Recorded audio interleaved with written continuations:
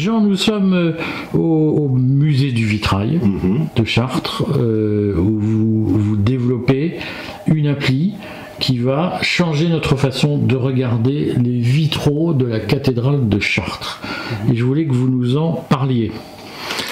Bah écoutez, je vais essayer d'être assez clair. Notre objectif, ça a été de créer un outil le plus simple possible qui permettrait d'interfacer les gens directement avec les vitraux. Et les vitraux sont très très riches en histoire qu'ils racontent, et lorsque les gens rentrent dans la cathédrale, il y a à chaque fois un effet waouh. Les gens trouvent ça merveilleusement beau, sont admiratifs devant les dessins, la lumière, l'ensemble des images qui sont présentées, mais hélas, le plus souvent ça s'arrête là.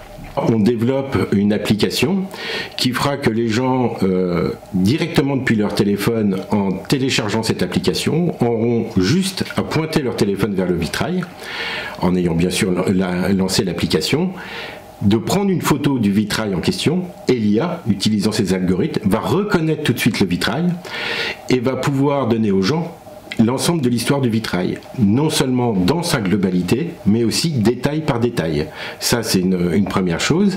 Et à partir de là, et grâce au travail de recherche qui a été fait par le CIV depuis 30 ans sur l'iconographie, la symbolique et l'histoire des vitraux, eh bien, on va pouvoir pousser vers les gens sur leur téléphone l'ensemble de ces informations à travers des fiches pédagogiques. Parce que si on racontait tout dans le téléphone, ça serait un ouvrage de dizaines de milliers de pages. Mais d'avoir là au moins des explications d'experts scientifiques racontant les vitraux. Vraiment interfacer la personne, c'est la faire rentrer dans le vitrail.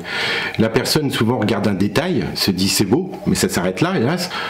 Les plus érudits reconnaîtront un saint, un roi, tel personnage, mais la plupart des gens, du fait de la culture générale, puisque ce n'est plus notre culture du Moyen-Âge, ne sait plus lire ces images-là. Et là, vraiment, le système, c'est d'être très simple, c'est que la technologie s'efface devant la connaissance qu'apportent les vitraux. C'est son téléphone, télécharger gratuitement l'application, lancer l'application. À ce moment-là, l'application dit vous voulez prendre une photo, la personne dit oui, oriente son téléphone vers le vitrail qu'elle souhaite découvrir, et en faisant juste OK, là c'est l'IA qui va se mettre en branle, qui va lui dire est-ce que c'est bien ce vitrail là que vous regardez, et là la personne va dire oui, puisque c'est l'IA de reconnaître le vitrail en question, et là la personne va pouvoir avoir soit toute l'intégralité de l'histoire, soit cliquer sur un petit détail du vitrail et en avoir l'intégralité de la symbolique. C'est une initiative du Centre international du vitrail, totalement, qui est une association loi de 1901. On a eu l'idée maintenant il y a 4 ans. Donc vous voyez, c'est pas une idée qui est toute jeune, et effectivement depuis le début ça a été un financement entièrement privé. Alors aujourd'hui on a la chance d'avoir un certain nombre de grands mécènes qui sont déjà venus. On a la Fondation de la Caisse des dépôts, on a le Crédit Agricole, on a Chartres Sanctuaire du Monde qui est une association qui s'occupe de récolter des fonds pour la cathédrale et d'aider à la restauration par contre du cathédrale dans son aspect bâtiment, j'allais dire matériel. Et puis on a aussi la chance d'avoir touché aujourd'hui de l'argent d'une association amie, une association jumelée qui est American Friends of Chartres, qui est basée aux États-Unis et qui nous aide à trouver des fonds américains.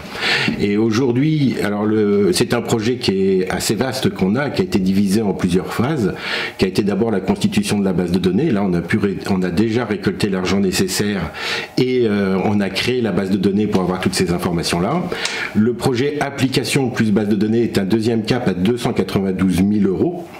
Et là, pour l'instant, on cherche encore un complément d'argent auprès de grandes entreprises, petites entreprises, toute personne et particulier, toute personne ayant envie de participer à cette transmission de l'histoire et de faire découvrir les vitraux de la cathédrale de Chartres.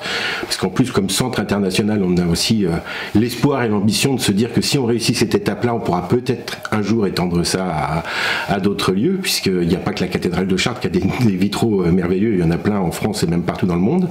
Et donc ça, c'est notre étape de l'application. Et en fait, on a une troisième étape qu'on a peu évoqué encore aujourd'hui, mais qui est la création d'une véritable base.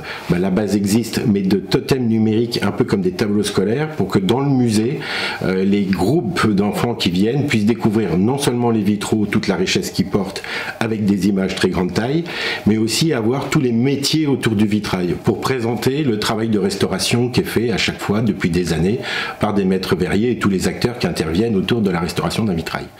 Donc voilà, c'est un projet qui est en différentes étapes et que vous pouvez retrouver de toute façon dans son intégralité en 2 endroits différents. Déjà sur le site du Centre international du vitrail qui a des pages entièrement consacrées au projet, et sur le site Hello Asso, puisqu'on fait bien sûr du financement participatif dessus pour tous les gens qui souhaitent nous accompagner afin de réunir les fonds nécessaires. Si je suis particulier, simple particulier, je peux mettre combien? 5 euros, 10 euros? C'est gênant si je mets 5 euros seulement? Non.